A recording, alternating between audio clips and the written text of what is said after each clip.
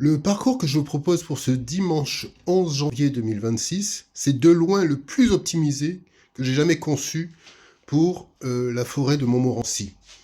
En effet, je m'y rends pour la 6e fois et le parcours tel que je l'ai conçu pour ce dimanche, c'est vraiment la capitalisation de tous les points d'intérêt que j'ai rencontrés pendant les 5 premiers séjours de cette forêt de Montmorency qui est vraiment magnifique, magnifica. De quoi s'agit-il? C'est un parcours de 18 km qui débute en gare de Saint-Leu-la-Forêt, qui longe la forêt, vient ici au point de vue de Saint-Prix, qui vous avez une vue imprenable, donc jumelle obligatoire, hein, sur la tour Eiffel, les tours de la Défense, etc.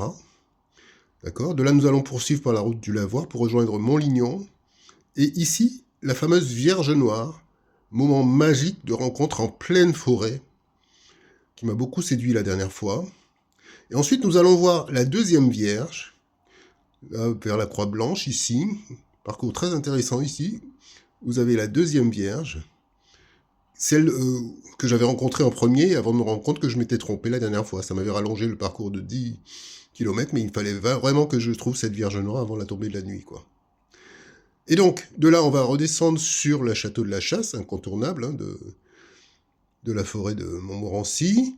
On va faire également ici le cimetière de Bosc, là la fontaine Radegonde, avant de se rendre du côté des sapins brûlés. Sapins brûlés, c'est la zone où je me trouve ici, c'est là où j'ai pu filmer les sangliers la dernière fois, d'accord?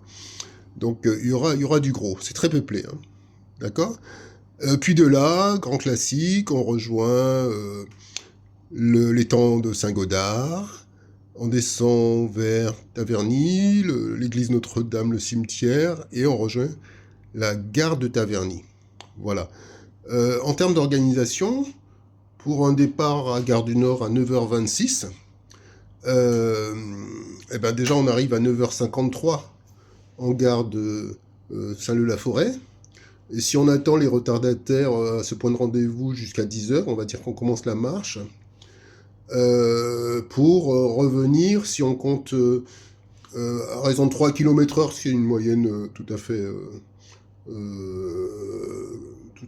vraisemblable, hein, sur un parcours qui ne présente aucune difficulté. En 18 km, on les fait en 6 heures, donc à 16h, 16h30 pour compter l'heure du pique-nique, 16h30, on est de retour à la gare de Taverny, à un moment donné où il y a un train toutes les demi-heures vers Paris. Voilà, donc parcours optimisé à ne rater sous aucun prétexte.